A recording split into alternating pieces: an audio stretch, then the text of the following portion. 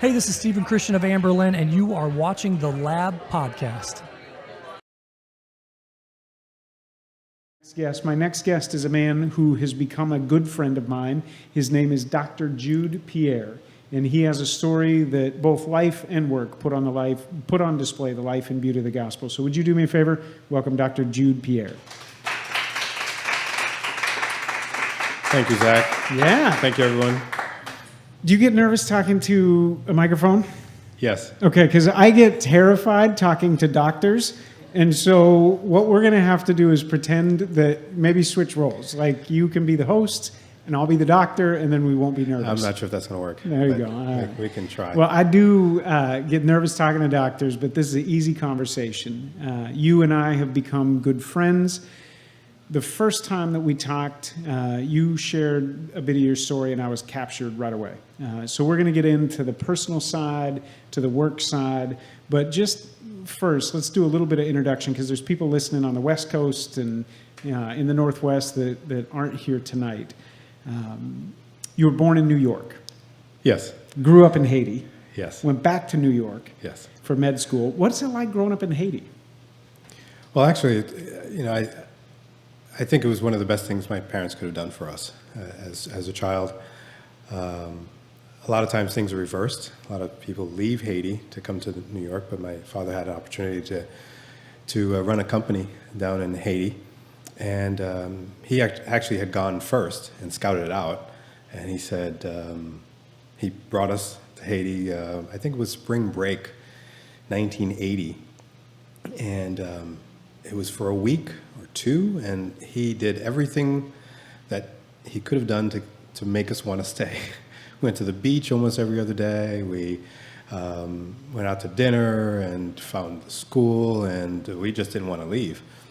Because at that time, we were children, so we didn't really know what the political situation was all about, but we felt safe and we felt like we're having fun. So 6 months later, he said, okay, you guys are moving to Haiti. And I was 8 years old at the time. And we ended up going to a Christian school in Haiti, Quisqueya Christian School. Shout out to Quisqueya. And we had a great time. We were able to come back to the States every 2 years. We did have a lot of family here. So we learned we learned a different culture. We learned a different way of living. And I think it kind of shaped my perspective on the world and life. It was cool. Yeah. Did you know you wanted to be a doctor when you were a kid? Yeah, pretty much. My mom always told me that I wanted to, I was always playing doctor. And one of the things I remember growing up was I liked to fix things. So it was always something I was trying to fix, something I was trying to take apart and put back together. And it's something that, I felt like medicine was a calling. It's either I did electrical engineering or I went to medical school to fix people, right? Yeah.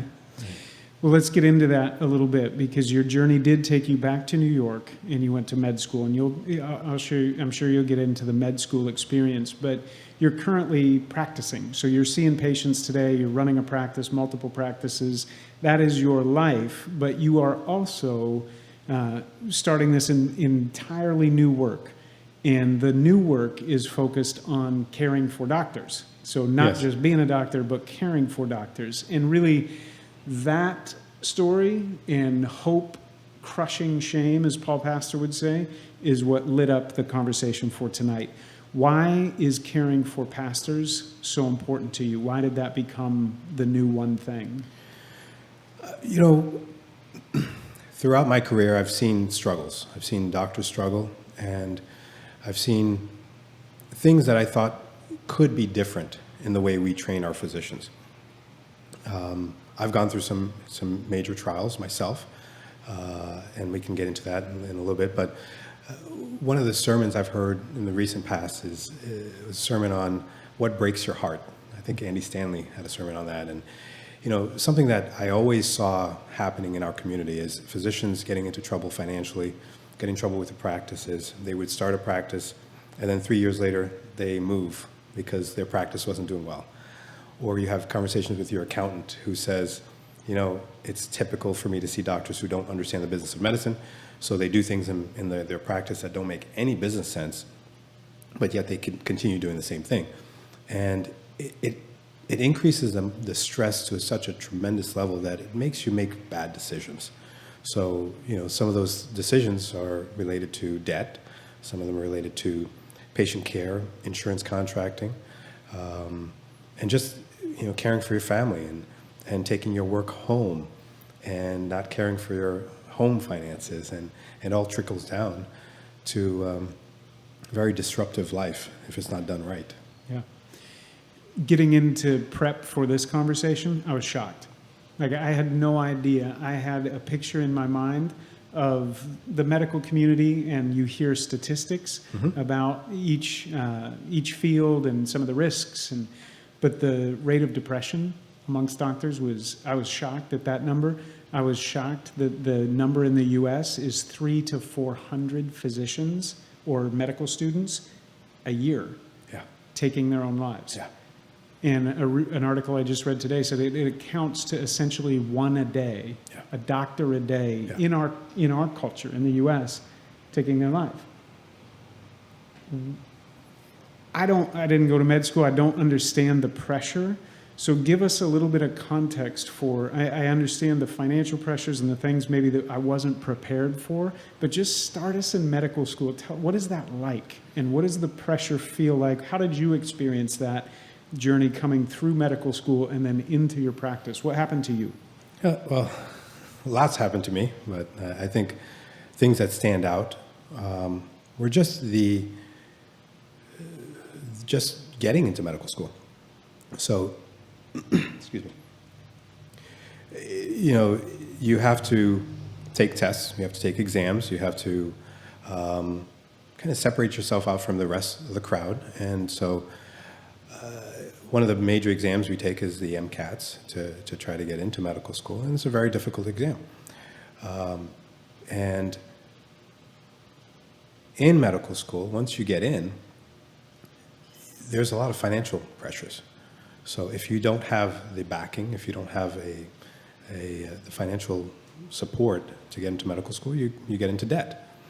And so one of the things that I remember looking at was the cost of medical school.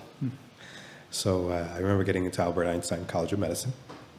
And before that, I actually didn't think I was going to get into medical school because of my scores. So I had to do some major life thinking before I got in. And eventually I ended up getting into medical school. But I can share a story about the finances. So the first medical school I got into was, I won't say. So it was one of the most expensive medical schools in the country at the time. So I got to the financial aid office and I asked him, so how am I going to pay for this? Like, are there any scholarships or any? He says, no, it's too late. No scholarship. Oh, okay. And so we need X amount of dollars. I think it was like $25,000 the first half of the year, and then another $25,000 the second half. And I'm like, are you kidding me? There's no way I can do this. So I went home and told my parents, and they were like, oh, okay, we'll figure it out. And I'm like, we'll figure it out? There's no figuring it out. I can't afford this. The second medical school I got into, which was Albert Einstein, they accepted me. And I said, wow, this is cool. I got into one of the top 25 medical schools in the country, but it was also, I think, the top 5 most expensive medical school in the country. So you get into the school that you want to get into, and then you have to figure out how you're going to pay for it.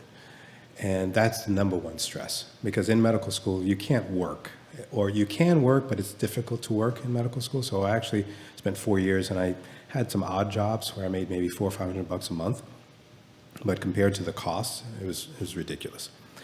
So you come out of medical school with a tremendous amount of debt. And so all your decisions then, once you leave medical school, are geared towards, okay, how do you pay off this debt? I think last I remember, I think the average medical school debt is $180,000. So then you try to figure out, okay, what field should you go into to pay off this debt? So then you start to make decisions based on the debt. Okay, should I do primary care? Should I do surgery? Should I do whatever the specialty to help pay off the debt? So the decisions are not necessarily what you really want to do. In my case, it was, okay, how do I get rid of this debt as quickly as I can? So that's a huge stress. And then you then graduate residency, and then you have to get a job. So the stress keeps mounting and mounting and mounting. And in my case, it got to the point where I took a job in the emergency room in Miami because I felt I could pay off debt. But then I realized, okay, I'm making a lot of money, so let me make some investments. Let me try to make money the fast way. And that didn't work out well. Yeah. So Along the way, I'm picking up habits, you know, in school, in life, we develop habits and practices that start to build. And we were talking about it earlier, that those things begin to shape us. And so now you've been through medical school and residency, and you're talking 6 years, 7 years of your life shaping you with these habits that really aren't sustainable. And it takes a toll on you. From all the research I was reading, why is no one talking about it? What is the culture like? I know in every profession there's a level of masking and shame, and we don't want to be the person to talk about our weakness. Do you think that that's exaggerated in the medical community? yeah, I think it is. And one has to also remember that a lot of the professors in medical school have never or have little experience in dealing with the private sector. So there are professors who are teaching medicine, who are teaching physicians how to treat patients, but they're not teaching them how to live life, how to coach patients, how to get mentors, how to partner with other people in business to do well. So I think that's a huge gap in the education process for physicians. So that's what's led me to realize, once I've gone through my transformation or my awareness, I've realized, hey, how can we educate physicians who are not, who have not learned what they need to learn, have not developed the right habits? Because there is no way to develop habits of good finances and good relationships and coaching, because they didn't have the time to do it at the time. You had to learn that through a bit of a crucible. I mean, they say the way down is the way up, or the way up is the way down is the way up. If you're willing, just to share that story, share the personal story of what happened to you when you found those habits and practices kind of caught up, and that financial pressure caught up. How far along in your career were you, and what happened? So I graduated medical school. I graduated residency in 2000 and took an ER job in 2000 to 2002, and I moved to Tampa, Florida, which is the west coast of Florida. Actually, I didn't move to Tampa. I moved to Spring Hill, which is a suburb of Tampa, and I spent about 5 years there building a practice. And I built a practice fairly quickly. I was recruited to the area. I had asked Christine, and at that time I had a 6-month-old child. Christine's my former wife, who at the time agreed to come to Tampa to build a practice. And we did that. But along the way we had children, more children, and moved houses and did some real estate investments and tried to do some other things to help accelerate the debt repayment. And 2008 financial crisis came, and everything went south. And my mom ended up passing away in 2009, and things just continued to worsen as I didn't develop good habits, financially, relationshiply, if that's a word. Yeah, it can be here. Yeah. Not in your world. When you have a podcast, you can make words up. And you know, I was a soccer player in college and even in medical school. Played soccer, played volleyball, and I found myself not doing any sports during the time that I was growing the practice, and found myself kind of searching for more and more and more without realizing, hey, I had enough. And of course, we spoke about shame. Shame was a huge part of this, because I didn't want to tell anyone or share with anyone that I had a problem with managing all of this, managing life. So I tried to do it on my own. Where were you at spiritually? Where was God in this picture as you're trying to make your way through it, and the pressure is mounting and you're feeling it, and the ground is kind of crumbling? What was your relationship with God like? It was faltering. I have to say it was faltering, because I wasn't as involved as I am today. I grew up in a Christian home. I went to a Christian school. I knew the biblical principles. I knew what I needed to do, but I wasn't necessarily practicing it. And I think one of the biggest practices that I have now is asking for advice. And the Bible says, the wise seek counsel of many. It's a fool that doesn't take advice. And I was not taking advice because I wasn't even asking. So I think that's really key, because if you take advice from people who have done this before, who have been ahead of you and who can mentor you and who care about you, then things change. Things are not as difficult, is what I found. This epidemic of physician suicide and the depression rates, from your experience, we talk about flourishing all the time. What makes a flourishing life? And having Christ at the center, having a spiritual life, having your identity found not in your work, not in your title, not in your Maserati or whatever these things are that we maybe chase after once we get the title. Is the medical community, I looked at the places that doctors feel they can turn for help, and there weren't very many of them. No. Talk a little bit about that in your experience. Were you in a place where you did find people that you could reach out to? Because marriage, you suffered a crisis of finances, family, all of it, all at the same time. Where did you turn? So it turned in 2014, when things really came crashing down.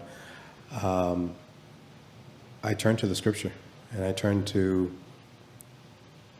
outside help and counseling. I realized that there was a lot of pride in me and a lot of shame. And there were things that I had to work through, and there are people who I found in my life at the time, and it's not something I've shared before, but I was seeing a counselor for many years, several years after 2014. Let me lean into that really quick, because this is one of the center points that I've found, is that doctors don't say it. We don't talk about it. Yeah. We're not allowed to seek help, even if we're dying inside. And so if you're listening, I hope you caught on to how powerful that is, that in the medical community, that's a very difficult thing to say. Yeah. And I just heard you kind of say that. It was tough to say that. Did it just get to the point where you said, I have to? Or how did you overcome that hurdle that said, I'm not allowed to ask for help, I have to be perfect, I have to be able to manage this? We talk about the God complex, or these things that we hear about. How did you finally get to the point where that wall fell? Well, like in any transformation, any change, you have to sometimes hit rock bottom. And I think 2014 was my rock bottom.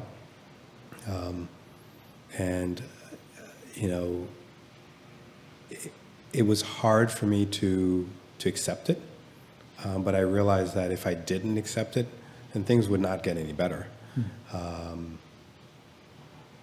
So when I saw it was more of an awareness, and I think as I grew up in a Christian home, it also, things start to creep up in your heart, and you start to realize things that you were doing were not right, and you then start to realize, okay, what can you do to change, and what can you do to transform this? Because it doesn't serve anyone right. And not only did I have a counselor, but I also had a relationship coach who helped me through agreement and helped me realize what true love was. And 1 Corinthians 13:4 says it best. It's patient, it's kind, it's not boastful, and it doesn't keep record of wrong. And you start to really truly understand what love is, and you realize, okay, I wasn't loving. And this is how God wants us to love. And those are the two things. He tells us to love himself and then love others. And if you do that, it really helps squash all the shame, all the problems, all the hurt that you've had in the past. If you're, imagine your colleagues, your peers, people who are in offices, or studying, about to become a doctor tonight, and they're feeling that pressure. They're feeling that weight, and they feel like, I don't know what to do next. What advice would you have for your colleagues, people who are feeling trapped? They're feeling trapped. Yeah. So I can say this now because I've gone through some additional coaching, and you've read the book, The One Thing, and I've come to realize that my one thing in life was to share my story. And I think if you're going through the struggles that many physicians go through, I think the key thing is to share that story with someone you trust, someone that has your best interest at heart, whether it be a mentor, whether it be a spiritual leader, whether it be another colleague. But share that story, because I think that minimizes the effects, and it helps you also realize that, hey, there may be other people having similar struggles that make your struggles look like nothing. But if you don't share it, then you don't know what those other people are going through. Yeah. Does it get easier? I mean, the more that you share it, and even just tonight, we're tiptoeing into this because it's a difficult conversation. This is the first time we're having it, and we're recording it. So thank you for being willing to talk about it. But does it get easier? Does it feel like it gets easier to be honest and say, hey, I don't have it all figured out, and I needed help? Yeah, and that's where the awareness of the imperfections that we have in life come in. And I realize that I'm not perfect, and that the training that we go through in medical school makes us think that we're perfect, or we have to be perfect, especially in the patient's eyes. So a lot of physicians will go and, the patient will ask them something, and they'll say something that doesn't necessarily make sense, but they have to say it because the patient wants them to give them a diagnosis. Sometimes I just say, I don't know, but we'll figure it out. So you have to realize that we are not perfect, and that we have our faults, and we are just like everyone else, imperfect human beings. It's how we manage that imperfection is what I think is key. Yeah. For people who are in the lives of a doctor, or maybe their spouse, or maybe soon-to-be spouse is in medical school, flip that on the other side. How do we care for doctors at a personal level? We'll talk about culturally. We'll talk about maybe this fall what we're hoping to do in our city. But for personally, for a spouse, for kids, for good friends, how do we love our doctors? Because one of the things I read that was striking about the depression and the suicide rates, they maintain that level of perfection and that level of being in control almost better than any other group. Doctors have the ability to project confidence in such a way that we never know. So how do we love well, and how do we care well for the people that we love that are walking that road? I think one of the ways is to show gratitude. Just say thank you, or do something to express that gratitude. I had a patient just yesterday. I haven't shared this story with anyone, and I'll share it with you later on, and maybe show you. But 3 months ago, he came to me, and he was depressed. He lives alone, doesn't have family here. He's ex-military, so he had guns, and he's just depressed and doesn't know what to do, and he's on meds. And so I said, "What do you like to do?" I asked him, "So what is it that you like to?" "Oh, you know what? I have a whole bunch. I have an arsenal, and I like to shoot." It's like, okay. What I want you to do is go out to the range and shoot, and bring back. And I wrote a prescription. Go to range and bring back the shells. I saw him yesterday. He had a bag. He opened the bag up and gave me a frame with the prescription inside of it, with the shells stuck to the bottom of the prescription. Yeah. Here it is, Doc. Smiling, happy. That made my day. It probably made my year, because he showed the gratitude for what I said, and I didn't even remember I told him this, but he showed the gratitude, and that's just an awesome way to show appreciation for something that you may not have remembered as a physician. Yeah. So. What do you do how do we get your attention if you're working too much? I mean, that's the other thing I read, is that the hours get crazy and there's never enough. We talked about that a few episodes ago. So we're constantly chasing and we're adding and we're adding. What do we say? How do we intervene if it's too much? Just pray and fast. These things come. It's a good question. It depends on the person. It depends on the relationship. It depends. Sometimes it takes a sledgehammer. But sometimes it just takes a hug. I'm not sure if I have the answer to that, but it does depend on the person, and maybe sharing your story or sharing what you're feeling about that person that's working too hard, and kind of connect with them on that level. That's one way. Yeah. But what do you think the most essential skill for a young person who's entering or considering, maybe they're in med school right now and they're listening to this, the most essential healthy habit that they can cultivate? We talk about prayer, we talk about having a community before it rains, some of those big things, but what else would you add to that and say, man, what I learned is you need this? it's a couple, but the one thing is probably physical activity. Move. That's it, just move. Opens your brain up. It gets your brain functioning better.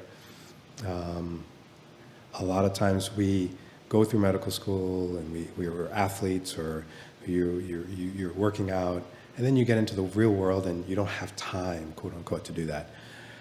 I think that is essential. You really need to be physically active. We talk about the God complex, being perfect, all these things that we cultivate. Where do you think in your story was the moment that you cried out to God, and where there was it became thin enough that there was no more of you left, that was powerful enough, and you really did cry out for God, and He heard you? I think it's the separation in 2014, when I realized that if I didn't do something, then my kids would not have a dad that helped them grow and to raise them. And I think if I'm not around, or if they don't see me as a father figure, then that would be even more devastating than what happened. So I think that was when I said, God, please help me figure this out. Yeah. And He put the right people in the right paths for me. That was going to be my next question is, Francis Schaeffer wrote this book, He's There and He's Not Silent. And we just went through the Listening Day devotional, this idea that God He hears the cries of His people. And so if you are at that place, and I think it's a good place, honestly, like you said, you have to get to the breaking point at some points, that God complex for all of us, whether we're in medicine or not, it has to fall. And there has to be a thin enough space where we're willing to say, we're crying out to God, and He will hear you, and He heard you. Yeah. Brings people into your life or whatever. Yeah. When you are thinking about this project to get ahead of the problem and to try to reduce this number of 300 to 400 a year physicians who are taking their own lives, dying by suicide, you're trying to work with the education system to get this conversation started earlier. Yes. That's part of the work. There's also a conversation that needs to be had with the medical community, and we're hoping to help that along this fall. What conversations need to be started on both sides that are the essential ones to just bring awareness to this, or is that it? For me, that's it. I think one of the things is not just educational awareness of how to manage your finances, but how to manage your spiritual life, how to manage your physical life, your mental health life. There are things that you can do. There are simple things to build better habits once you've left residency, and of course getting the mentor and having people by your side to help you through the struggles is key. Yeah. How do you help deal with ego? I'm just going to ask, because doctors, you're intimidating. Like to average people like us, it's intimidating to, even as a pastor, I think, that to find our way in to really hold you accountable, or we do that almost. And we do this with pastors, we do this with anybody. We kind of lift people up onto a pedestal. But what advice would you have for me as a pastor, trying to be your pastor? Or if I'm listening and I've got doctors in my church, what am I not doing that you say, I wish you would have? You're asking some tough questions today. It's my job. And really, I just want to learn, because I know as a pastor, I have doctors in my church. And I had never spent the time looking at the data, and you look out and you go, well, they're fine, everybody's fine. And the people who are most fine, we just can even run the risk of just trusting that you're fine. I think reaching out, having conversation, is one thing that you can do.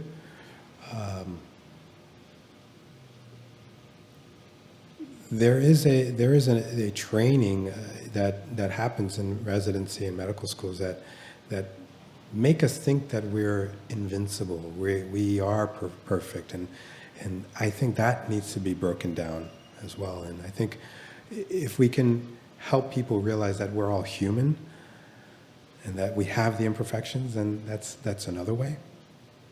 But I think it starts with a conversation with them, and not assuming that they're fine, but asking questions about their fineness. Yeah, I love it. We're doing that tonight. That's part of this conversation, is to just tiptoe, and I'm so glad that you were in the room tonight, to just tiptoe and open it up, because it's not a widely had conversation. So Dr. Jude, thank you for sharing the time. Thanks for being open enough to let us get a glimpse of some of the struggle. And we're with you, and we're for you, and for the work that you're doing. So thank you very much. Thank you for your work, Ty.